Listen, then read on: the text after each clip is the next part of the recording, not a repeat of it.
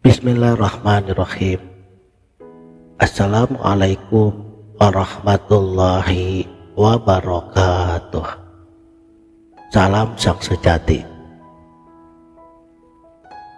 Nur dalam kosmologi tasawuf.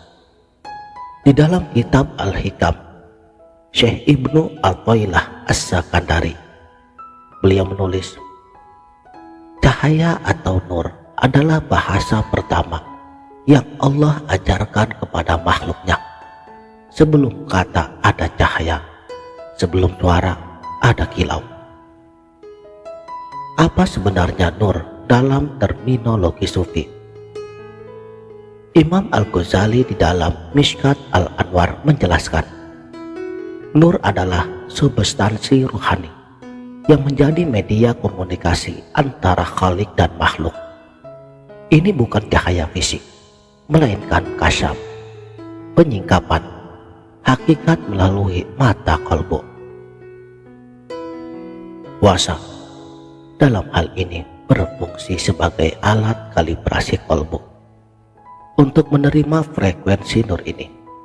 Syekh Ibnu Arabi di dalam Futuhat Al-Makkiyah menggambarkan puasa sebagai tirai yang menapis hiruk-pikuk dunia, sehingga nur sirri, cahaya rahasianya, dapat memasuki ruang batin tanpa distorsi. Contoh nyatanya, Syekh Ahmad Ar-Rifai. Suatu hari ia ditanya muridnya, mengapa engkau selalu berpuasa sunnah? Beliau menjawab, aku sedang membersihkan antena kolbuku. Saat perut kosong, gelombang cahaya ilahi lebih mudah ditangkap. Ini selaras dengan sabda baginda Nabi Shallallahu Alaihi Wasallam. Bagi orang yang berpuasa, ada kebahagiaan dua kali. Kebahagiaan saat berbuka dan kebahagiaan saat bertemu Rabb-Nya. Dan kebahagiaan yang kedua inilah yang oleh para sufi disebut lazzatul munajah, kenikmatan berdialog rahasia melalui nur. Puasa sebagai medium komunikasi cahaya. Syekh Najmuddin Al-Kubra di dalam Fawaih Al-Jamal, beliau menerangkan setiap amal ibadah memiliki kunci frekuensi tertentu untuk membuka portal langit yang melambangkan penyatuan zahir dan batin. Bagaimana mekanismenya? Pertama, penyapuan hijab jasmani. Menurut Imam Al-Qushairi di dalam Risalah Qushairiyah, makan dan minum adalah simbol keterikatan pada alam mulk, alam fisik. Dengan puasa, ruh dilepaskan dari belenggu ini, sehingga mampu menangkap isyarat-isyarat cahaya. Kedua, enkripsi waktu mustajab. Dalam Ihya Ulumuddin, Imam Al-Ghazali mengutip riwayat bahwa doa orang berpuasa di waktu sahur adalah sandi khusus yang langsung terkirim ke arsy. Ini karena pada sepertiga malam terakhir, menurut para sufi, pintu langit ketujuh terbuka untuk transmisi nur. Ketiga, bahasa sandi melalui lapar. Syekh Abu Hasan Asy-Syadzili, seorang pendiri tarekat Syadziliyah, mengatakan, lapar adalah kode Morse ruhani. Setiap denyut perut kosong adalah sinyal SOS kolbu. Suatu hari, Syekh Abdul Qadir Al-Jailani berpuasa selama 40 hari di padang pasir. Di dalam riwayat Bahjatul Asrar, beliau mengatakan, pada hari ke-27, aku mendengar gemuruh suara dari arsy. Wahai Abdul Qadir, engkau telah membersihkan kolbumu. Sekarang dengarkanlah bahasa kami dalam bahasa cahaya. Inilah yang dalam tasawuf disebut muqalamah Nur Aniyah. Dialog tanpa huruf dan suara. Dekode ritual sahur dan iftar sebagai simbol. Mari kita bedah dua momen inti dalam puasa, sahur dan iftar. Pertama, sahur, aktivasi kode fajar. Imam Ibnu Arabi di dalam tafsir Al-Bahr Al-Madin, beliau menyebut sahur sebagai momen pengisian baterai rohani. Syekh Bahauddin Naqsyabandi, beliau mengatakan, makan sahur bukan untuk mengisi perut, tetapi untuk menyerap nur subuh yang menjadi bekal perjalanan rohani sepanjang hari. Kedua, iftar, deskripsi cahaya senja. Dalam kitab Kasyiful Asrar karya Maibudi, iftar disebut sebagai saat Allah membuka kanal nur merah senja.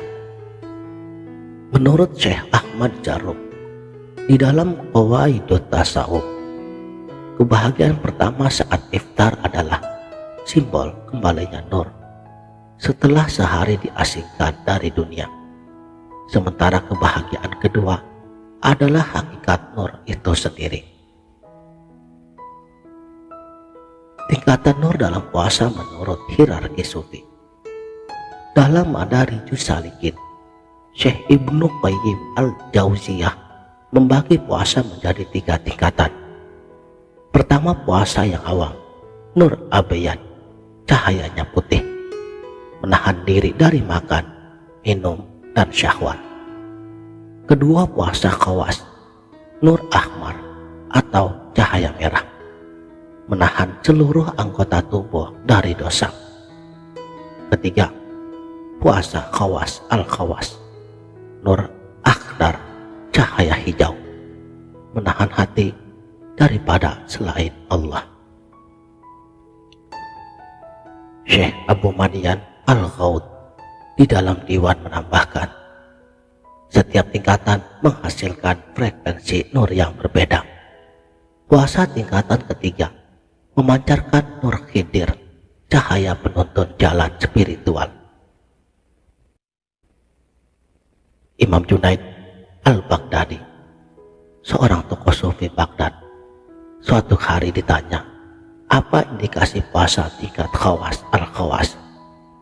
Beliau menjawab, ketika kamu berbuka puasa, tetapi rasa kepenuhan justru datang dari zikir, bukan kurma. Ini merujuk pada konsep Ghizaur Roh, makanan roh yang disebut di dalam surat Toha ayat 81. Bagaimana mengakses bahasa nur dalam berpuasa? Bagaimana kita bisa mempraktekannya? Berikut ini metode dari kitab Al-Hikam dan ajaran tarekat. Pertama, membaca ayat-ayat kauniyah sebelum sahur. Syekh Ibnu Ajibah di dalam Mi'rajut Tasyawuf menyarankan, bacalah langit malam sebelum sahur. Setiap bintang adalah titik nur yang berkomunikasi dengan titik kalbumu. Kedua, menyelaraskan tarikan nafas dengan Asmaul Husna. Dalam tarekat Syattariyah, teknik nafas nurani diajarkan. Tarik nafas sambil membatin ya nur, buang nafas sambil membatin ya hadi. Ketiga, membaca surat An-Nur ayat 35 setiap selesai sholat. Ayat nurun ala nur, cahaya di atas cahaya, dipercaya oleh para sufi sebagai formula aktivasi kolbu. Keempat, menyepi 10 menit sebelum iftar. Syekh Abu Yazid Al-Bustami mengatakan, detik-detik sebelum iftar adalah waktu koneksi langsung ke arsy. Diam adalah bahasa tertinggi saat itu. Saudaraku, sang sejati, puasa adalah surat cinta dari Allah yang ditulis dengan tinta cahaya. Seperti kata Rumi di dalam Masnawinya, dia tidak perlu katakan aku mencintaimu, Cukup dengan mengirimkan nur lewat ritual puasa, dan kalbumu yang akan memberikan kefahaman. Sebagai penutup, kita akhiri dengan doa dari Syekh Ibnu Arabi. Ya Allah, jadikan puasa kami sebagai kunci untuk memahami bahasa cahayamu, bukan bahasa lidah, bukan bahasa akal, tetapi bahasa kalbu yang telah kamu bersihkan dengan lapar dan dahaga. Sampai jumpa dalam petualangan cahaya berikutnya. Salam damai untuk semua pencari kebenaran. Wabillahi taufik wal hidayah. Assalamualaikum warahmatullahi wabarakatuh.